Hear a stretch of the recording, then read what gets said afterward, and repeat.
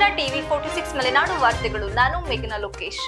JDS ವರಿಷ್ಠ ಕೇಂದ್ರ ಸಚಿವ ಎಚ್.ಡಿ. ಕುಮಾರಸ್ವಾಮಿ ಅವರ ಕುರಿತು ಅವಹೇಳನಕಾರಿಯಾಗಿ ಮಾತನಾಡಿರುವ ಸಚಿವ ಜಮೀರ್ ಅಹಮದ್ ಖಾನ್ ಅವರನ್ನು ಸಚಿವ ಸಂಪುಟದಿಂದ ತೆಗೆಯಬೇಕು ಎಂದು ಒತ್ತಾಯಿಸಿ ಇಂದು ಪಟ್ಟಣದಲ್ಲಿ ಯುವ ಜೆಡಿಎಸ್ ಕಾರ್ಯಕರ್ತರು ಪ್ರತಿಭಟನೆ ನಡೆಸಿದರು. ಪಟ್ಟಣದ ಉಪವಿಭಾಗಾಧಿಕಾರಿ ಕಚೇರಿ ಎದುರು ಪ್ರತಿಭಟನೆ ನಡೆಸಿ ಮಾತನಾಡಿದ ಪ್ರತಿಭಟನಾಕಾರರು, ಮಾಜಿ ಮುಖ್ಯಮಂತ್ರಿ ಎಚ್.ಡಿ. ಕುಮಾರಸ್ವಾಮಿ ವಿರುದ್ಧ ಕರಿಯ ಕುಮಾರಸ್ವಾಮಿ ಖತರ್ನಾಕ್ ಎಂದು ಹೇಳುವ ಮೂಲಕ ಸಚಿವ ಜಮೀರ್ ಅಹಮದ್ ಖಾನ್ ಅವಹೇಳನವಾಗಿ ನಿಂದನೆ ಮಾಡಿದ್ದಾರೆ ಎಂದರು. ಶೀಘ್ರವೇ ಅವರ ವಿರುದ್ಧ ಕಾನೂನು ಕ್ರಮ ಕೈಗೊಳ್ಳಬೇಕು ಎಂದು ಒತ್ತಾಯಿಸಿದರು. ಚನ್ನಪಟ್ಟಣ ವಿಧಾನಸಭಾ ಕ್ಷೇತ್ರದಲ್ಲಿ ಭಾನುವಾರ ರಾತ್ರಿ ಪ್ರಚಾರದ ವೇಳೆ ಬಹಿರಂಗ ಸಭೆಯಲ್ಲಿ ಕೇಂದ್ರ ಸಚಿವ ಕುಮಾರಸ್ವಾಮಿ ಬಗ್ಗೆ ಅವಹೇಳನಕಾರಿ ಪದ ಬಳಕೆ ಮಾಡಿ ವರ್ಣಭೇದ ತಾರತಮ್ಯ ಎಸಗಿದ್ದಾರೆ ಎಂದರು. ಅಲ್ಲದೆ ಒಂದು ಸಮುದಾಯವನ್ನು ಎತ್ತಿಕಟ್ಟಿ ಸಮಾಜದಲ್ಲಿ ಶಾಂತಿ ಸುವ್ಯವಸ್ಥೆ ಹದಗೆಡಲು ಜಮೀರ್ ಅಹಮದ್ ಖಾನ್ ಜನರನ್ನು ಪ್ರಚೋದಿಸಿದ್ದಾರೆ ಎಂದು ಪ್ರತಿಭಟನಾಕಾರರು ಆಕ್ರೋಶ ಹೊರಹಾಕಿದರು.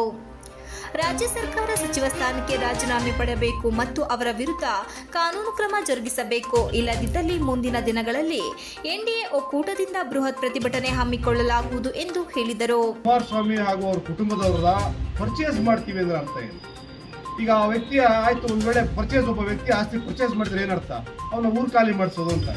ಅದು ಮುಸ್ಲಿಂ ಜನಾಂಗದವರೇ ಯಾಕೆ ಮಾಡಬೇಕು? ಮುಸ್ಲಿಂ ಜನಾಂಗದವರು ಇತರ ಧರ್ಮದವ್ರ ವಿರುದ್ಧ ಮತಯಾಚನೆ ಮಾಡೋಕ್ಕೋಸ್ಕರ ಎತ್ಕಡ್ತಿರೋದು ಕೂಡ ಕಾನೂನು ಅಪರಾಧ.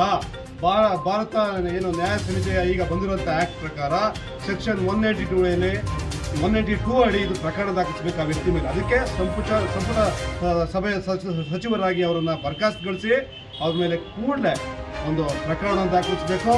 ಇದು ಯಾಕೆಂದ್ರೆ ಧರ್ಮಗಳ ಮಧ್ಯೆ ಸಾಮರಸ್ಯ ಬೆಳೆಸಬೇಕಾದಂಥ ಕೆಲಸ ಇರೋದು ಸಂವಿಧಾನದ ಆಶಯದಡಿ ಕೆಲಸ ಮಾಡುವಂಥ ಪ್ರತಿಯೊಬ್ಬ ವ್ಯಕ್ತಿಯ ಕರ್ತವ್ಯ.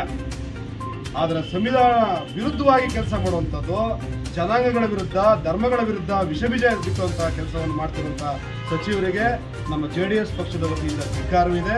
ಇವತ್ತು ಎಲ್ಲ JDS ಪಕ್ಷದಿಂದ ಮುಖ್ಯವಾಗಿ ನಾಯಕರುಗಳು ಬಂದಿದ್ದಾರೆ. ಆದರೆ ಇನ್ನೂ ಕೂಡ NDA ಮೈತ್ರಿಕೂಟದೊಟ್ಟಿಗೆ ಮಾತಾಡಿ ಬೃಹತ್ ಪ್ರತಿಭಟನೆ ಮಾಡಬೇಕು ಅನ್ನೋದು ಕೂಡ ಯೋಜನೆಯಲ್ಲಿದ್ದೇವೆ. ಹಾಗಾಗಿ ಈ ಮುಖೇನ ನಾನು ಸಿದ್ದರಾಮಯ್ಯನವರಿಗೆ ಇವತ್ತು ಮೆಮೊರಾಂಡಮ್ ಕೊಡಕ್ಕೆ ಬಂದಿದ್ದೀವಿ. ಕೂಡಲೇ ಕ್ರಮ ಕೈಗೊಳ್ಳಿ, ಅವ್ರನ್ನ ಸಂಪುಟದಿಂದ ಕೈಬಿಡಿ, ಅವ್ರ ಮೇಲೆ ಒಂದು ಪ್ರಕರಣವನ್ನು ದಾಖಲಿಸಿ ಅಂತ ಈ ಮುಖಾಂತರ ನಾನು ಕೇಳ್ತೇನೆ.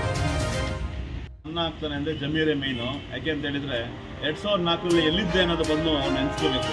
ದೇವೇಗೌಡರು ಕುಮಾರಣ್ಣ ಇಲ್ಲ ಅಂದರೆ ಅವ್ರ ಪರಿಸ್ಥಿತಿ ಏನಾಗ್ತಿತ್ತು ಅನ್ನೋದು ಬದಲು ಅದು ಮನದಂಡೆ ಮಾಡ್ಕೊಂಡು ಮಾತಾಡಿದರೆ ಒಳ್ಳೆಯದು. ಈ ಜಮೀರ್ ಸ್ಟೇಟ್ಮೆಂಟು ಈ ರಾಜ್ಯ ಸರ್ಕಾರ ಅವ್ರ ವಿರುದ್ಧ ಕ್ರಮ ತಗೊಂಡು ಅವ್ನು ವಜಾ ಮಾಡಬೇಕು ಅಂತ ನಮ್ಮ ಒಂದು ಆಶಯ. ಕುಮಾರಣ್ಣನ ಈ ಮಟ್ಟಕ್ಕೆ ಪರ್ಚೇಸ್ ಮಾಡ್ತೀವಿ ಅನ್ನೋ ರೇಂಜಿಗೆ ಮಾತಾಡ್ತಾನೆ ಅಂದರೆ ಅವನಿಗೆ ಎಷ್ಟು ಇರ್ಬೋದು ಅಂತ ಅವನ ಬಗ್ಗೆ ಅವೈಚಾರವಾಗಿ ಅವನು ರಾಸ್ಕಲ್ ಅಂತ ನಾವು ಹೇಳೋಕ್ಕೂ ಕೂಡ ಇಷ್ಟೇ. ಪ್ರತಿಭಟನೆಯಲ್ಲಿ ಜೆಡಿಎಸ್ ಮುಖಂಡರಾದ ಕವನಗೌಡ, ಪ್ರಸಾದ್ ಒಳಲಳ್ಳಿ, ಕರಗೂರು ರಮೇಶ್, ಉದೇಶ್ ಬಾಳುಪೇಟೆ, ಕ್ಯಾನಳ್ಳಿ ರಂಜಿತ್, ಗಿರೀಶ್ ಇನ್ನಿತರರು ಇದ್ದರು. MB Umesh, TV 46 Malenadu news, Sakleshpur.